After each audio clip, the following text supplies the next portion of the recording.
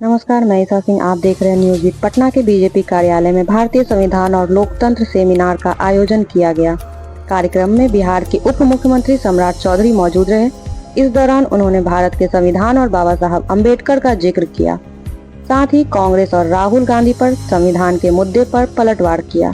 साथ ही कहा कि बीजेपी 1950 से कमिटमेंट वाली पार्टी रही है। साथ ही धारा 370, राम मंदिर, आरक्षण और साहबानो केस का भी जिक्र किया। आदरणीय टी.एन. ठाकुर जी, सभी वरिष्ठ अधिवक्ता साथीगण और यहाँ पर उपस्थित तमाम हमारे अधिवक्ता साथियों, ये स्वाभाविक है, ये ऐसा विषय आपने आज रखा है सेमिनार में। ये लोकतंत्र का नींव है। हमारा संविधान हम पूछते हैं और दूसरे तरफ जो लोग हैं वो संविधान का अपमान करने के प्रतीक माने जाते हैं। आप सोचिए कि 2 साल से अधिक समय लगा हो संविधान बनाने में। 2 साल 11 महीना 11 सत्रों में 167 दिनों के दौरान जो बैठक हुई, उसके बाद पूरे देश और दुनिया को समझने के बाद भारत का संविधान स्थापित करने का काम। और बाबा साहब अम्बेडकर के नेतृत्व में जब यह संविधान बन रहा था तो सबके हितों की चिंता की गई और ये रास्ते छोड़े गए कि आगे के दिनों में भारत कैसे बढ़ेगा। और आप सोचिए, लोग सोचते हैं कि आज 1,45,000 शब्दों में 8 अनुसूचियों में 395 अनुच्छेदों में ये पूरे हिस्से बांटे गए। अपने आप में अनोखा है। दुनिया में जिस देश में लोकतंत्र आज से 5,000 वर्ष पहले स्थापित हो गया हो और उस समय भी आप सोचिए, आज ही हमारे यहाँ कोई सांसद विधायक नहीं बनते, उस जमाने में भी हमारे यहाँ लोकतंत्र के माध्यम से, और लोकतंत्र का शब्द ही क्या है, लोक मतलब जनता और तंत्र का मतलब शासन। लोकतंत्र और हमारे संविधान में ही लिखा है जनता का, जनता के लिए और जनता के द्वारा। यह स्पष्ट तौर पर है, भारत का संविधान किसी भी एक व्यक्ति के अधीन नहीं हो सकता है। कोई सोचता जरूर है कि हम सत्ता में बैठ गए तो कानून हमारे हिसाब से हो जाए, नहीं तो इस देश में इमरजेंसी नहीं लगाना पड़ता। और जो पार्टियां यह कहती रहती है कि इस देश में सेकुलर सेकुलर सेकुलर शब्द लाया, हमारे कई वरिष्ठ साथी यहां बैठे हैं, आप याद कीजिए 1978 में संविधान में सेकुलर शब्द जोड़े गए, 75 में, और जब 75 में जोड़े गए तब भी इस देश के सभी भाग में सेकुलरिज्म नहीं फैला, क्योंकि सबने उस कानून को माना ही नहीं। और भारतीय जनता पार्टी का स्पष्ट मानना है, और मैं सभी साथियों को जरूर कहूंगा भी, आप लोगों के बीच में जाते हैं, बताएं भारतीय जनता पार्टी एक कमिटमेंट वाली पार्टी है। आज से 75 वर्ष पहले 1950 में जिस बात को बोलता था भारतीय जनता पार्टी, वही आज भी बोल रहा है, इससे पीछे नहीं लगा 75 वर्ष लगा। आजादी के 75 वर्ष के बाद 370 को उखाड़ कर फेंका गया और हम नारा लगाते रहे, हमारे पूर्वज, कई पीढ़ियां चली गई, लोग कहते रहे नहीं चलेगा 2 विधान, नहीं चलेगा 2 निषाद, नहीं चलेगा 2 प्रधान रखा। और जब सत्ता जनता ने दी तो उस 370 को उखाड़ कर कचरे के ढेर में फेंकने लगा। और जिस चीज का विरोध आप समझिए, संविधान सभा में विरोध हुआ हो,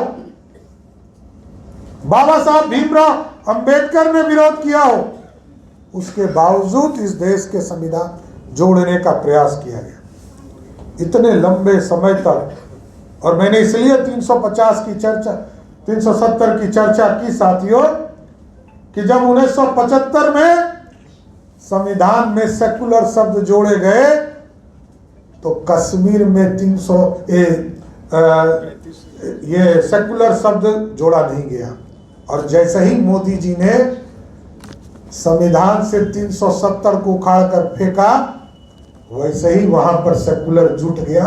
आज वहां सेकुलरिज्म हो गया। यह है फर्क कि हम कमिटमेंट के साथ आगे बढ़ते हैं।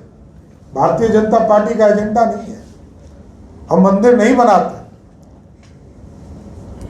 विश्व हिंदू परिषद ने यह पूरा अभियान चलाया था और 80 के दशक में भारतीय जनता पार्टी ने भी कहा, हमारे स्वाभिमान की बात है, हमारे जो पूर्वज है, हमारे जो आराध्य है प्रभु श्री राम, जहां जन्म लिए थे उसी स्थान पर स्थापित करना है। लेकिन हम लोअर कोर्ट लड़े, हाई कोर्ट लड़े और हमारे अधिवक्ता साथी लड़े। और आप सोचिए, जब पहली बार एनडीए का फॉर्मेशन हुआ 1996 में, तो गठबंधन बने। गठबंधन के स्वरूप में सभी लोगों ने कहा इसको न्यायालय से फैसला होना चाहिए। लोअर कोर्ट लड़े, हाई कोर्ट लड़े, सुप्रीम कोर्ट लड़े, और जब सुप्रीम कोर्ट से जीत गए तो मोदी जी ने कहा अब अयोध्या में भव्य राम मंदिर बनेगा, इसको भी कोई रोक नहीं सकता। इसलिए जो कहते हैं उससे पीछे नहीं हटते। भारतीय जनता पार्टी का स्पष्ट तौर पर मानना, इस देश के लिए कोई भी कुर्बानी दे सकता। और इसका उदाहरण भी है साथ, कोई अपनी पार्टी को बिलीव नहीं करता है, लेकिन जब इस देश में इमरजेंसी लगाने का काम कांग्रेस की पार्टी ने किया, तो याद कीजिए उस दिन, उस समय कांग्रेस के खिलाफ भारतीय जनसंघ को जनता पार्टी में विलय करके एक नया पार्टी बनाया गया और इस देश में कांग्रेस को उखाड़ कर फेंकने का काम भारतीय जनसंघ के लोगों ने किया। इसलिए साथियों, स्पष्ट मानना है, लोग तो भ्रम फैलाएंगे। स्वाभाविक है, लोगों को लगता है कि हम जो कह रहे हैं वही सही है। जितनी बात राहुल गांधी बोलते हैं, कभी इतिहास के पन्ने में देख लीजिए, उनके पिताजी, उनकी दादी जी और उनके दादाजी जस उल्टा बोलते थे। आरक्षण का विरोध किसने किया?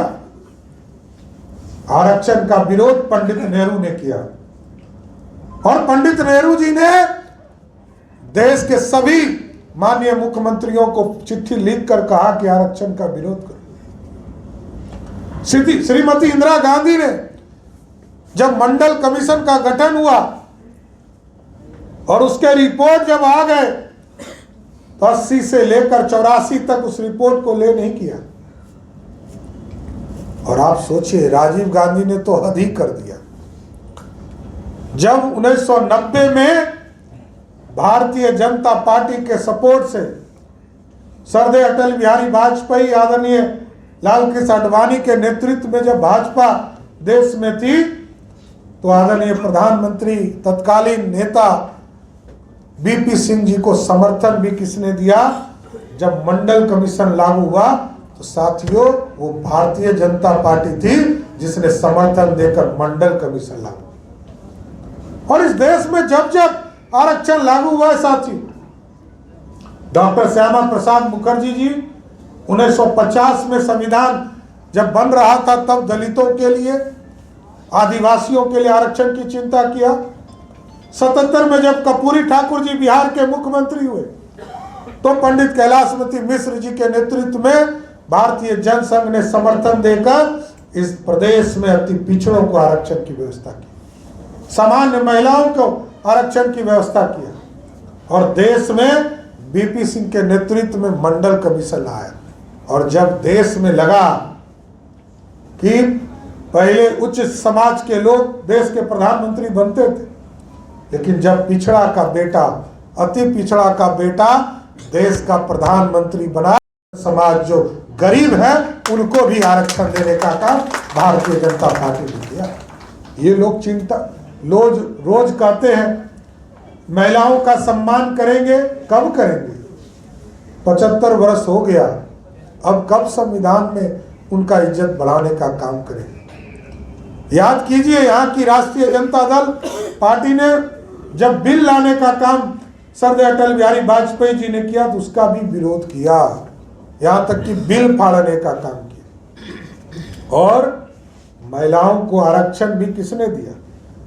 कांग्रेस की एक नेत्री श्रीमती सोनिया गांधी ने कहा कि मेरे पति का सपना, राजीव गांधी का सपना था कि महिला को आरक्षण देना है। तो जब साहबानों का केस आया था, याद कीजिए, महिलाओं का सम्मान घटाने का काम किसी प्रधानमंत्री ने किया था, उसका नाम था राजीव गांधी।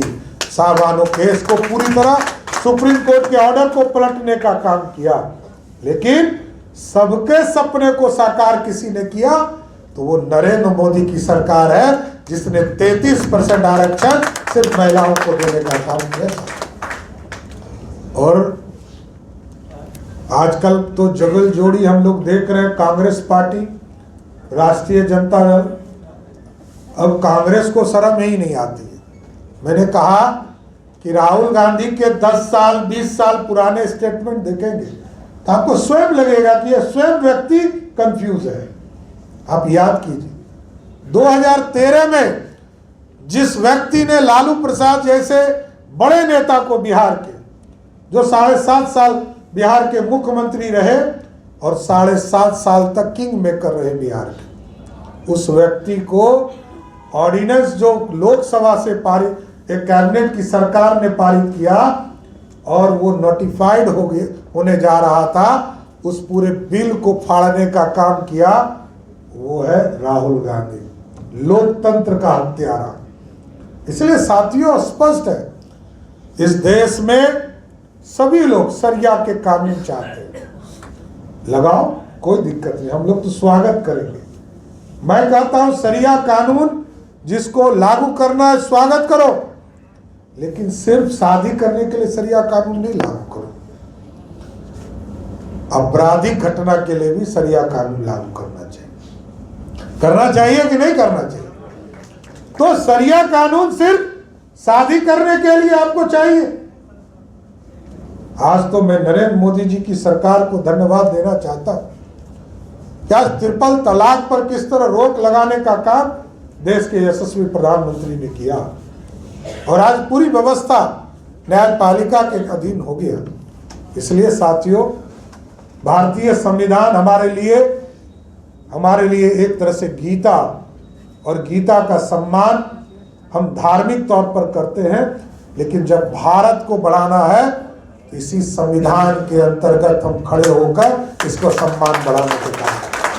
इसलिए भ्रम तो फैलाएंगे, भ्रम फैलाने वाले फैलाएंगे, उससे कोई फर्क नहीं पड़ता है।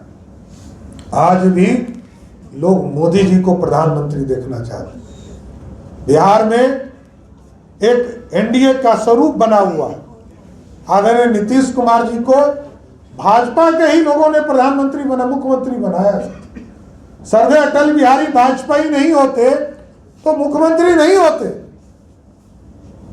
आज सरदार अटल बिहारी वाजपेयी जी का जो नींव था 1996-98 के दौरान, वही नींव आगे बढ़ने का काम कर रहा है और सुशासन स्थापित। इसलिए साथियों, आज मैं पूरी तरह भारतीय संविधान और लोकतंत्र के इस सेमिनार में मैं सभी हमारे जो वरिष्ठ अधिवक्ता साथी हैं, मैं जरूर यह आश्वस्त करता हूं कि आपके सम्मान की रक्षा जरूर करूंगा, और आपके कई चीज़ों को हम लोगों ने किया है और आगे भी जल्द ही उसको पूरा करने का प्रयास करूंगा। सम्राट चौधरी जिंदाबाद, सम्राट चौधरी जिंदाबाद। हमारे अधिवक्ता साथी लगातार पार्टी की चिंता करते हैं, लगातार पार्टी कैसे बढ़े, लगातार पार्टी में भी आप लोगों ने जब चुनाव का कार्यक्रम पूरा सहयोग हमें मिला, और आगे भी ये पूरी तरह एक संरचना बनाकर इस पूरी व्यवस्था को बदलने का काम करूंगा। इतना जरूर आश्वस्त करता हूं कि माननीय मुख्यमंत्री जी से बात कर आपकी सारी समस्या का जल्द से जल्द निदान कराने का प्रयास करूंगा। बहुत बहुत धन्यवाद।